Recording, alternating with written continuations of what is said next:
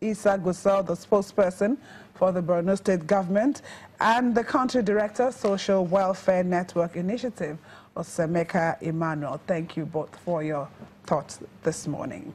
And so we come back to the studio now. Yes, immediately. We're looking at staying with the festive period, the Christmas season, and we're looking at living in this season. For lots of families, putting up a Christmas tree in the living room is an exciting sign that holiday celebrations are right around the corner. Add even more mirth to your tradition by visiting a local farm to pick a tree straight from the field, go on a hayride, or visit with Santa for the children. If you're feeling up to the challenge, many farms will even let you chop the tree down yourself. But that's about the tree.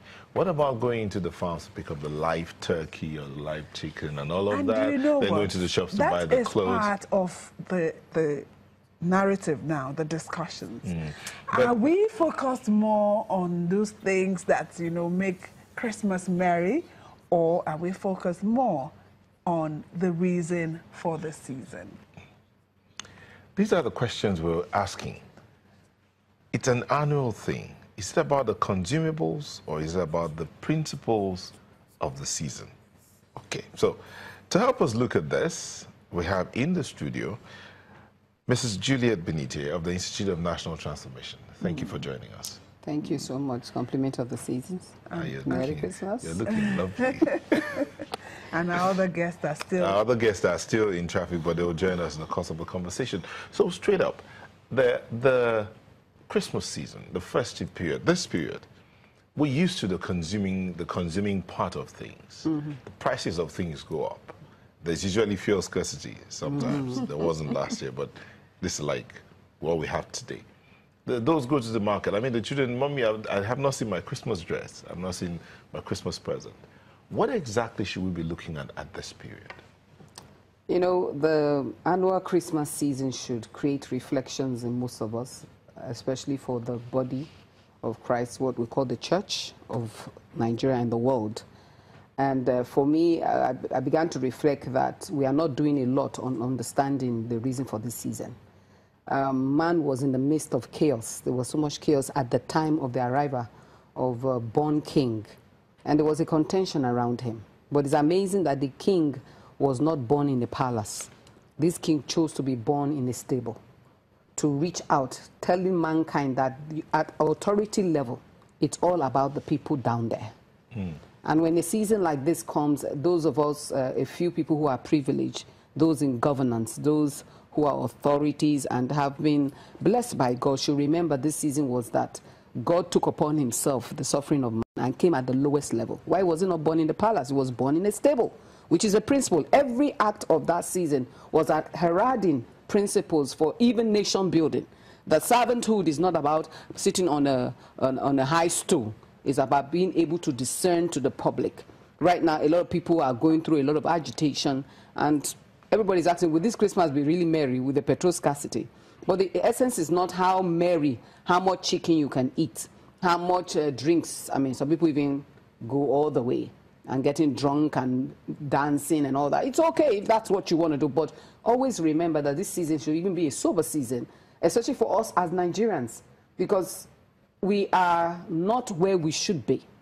Understanding that one of the criteria of leadership is ability to descend and have compassion for the poor.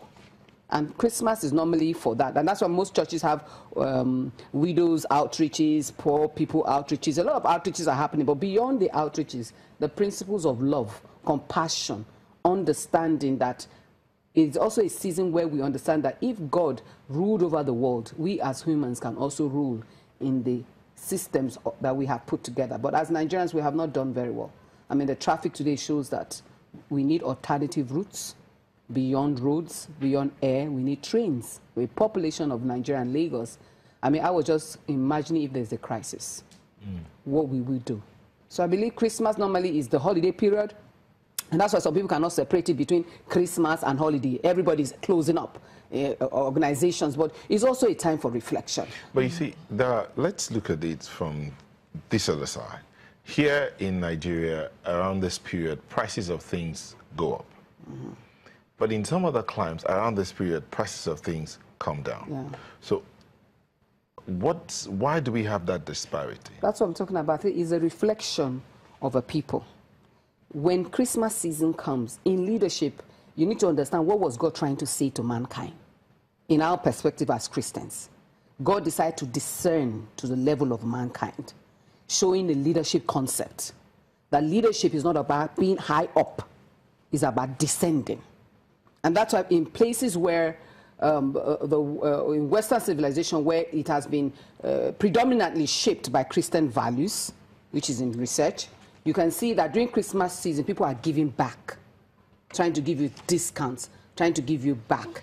But as Africans, we're still in that mentality, because as a consultant and in the Institute for National Transformation, we teach leadership. Leadership here, you are supposed to be given, but here, we want to all grab. And so also, we should also recognize, because you're not a productive nation. You're not a productive nation. How much are you producing enough for your people? You have almost 200 million people. By 2025, Nigeria will be the third largest nation in the world. So do we have enough? We don't even have enough turkey to go around. Somebody was looking for 10,000 birds from the north. We couldn't get enough. I was involved in the process.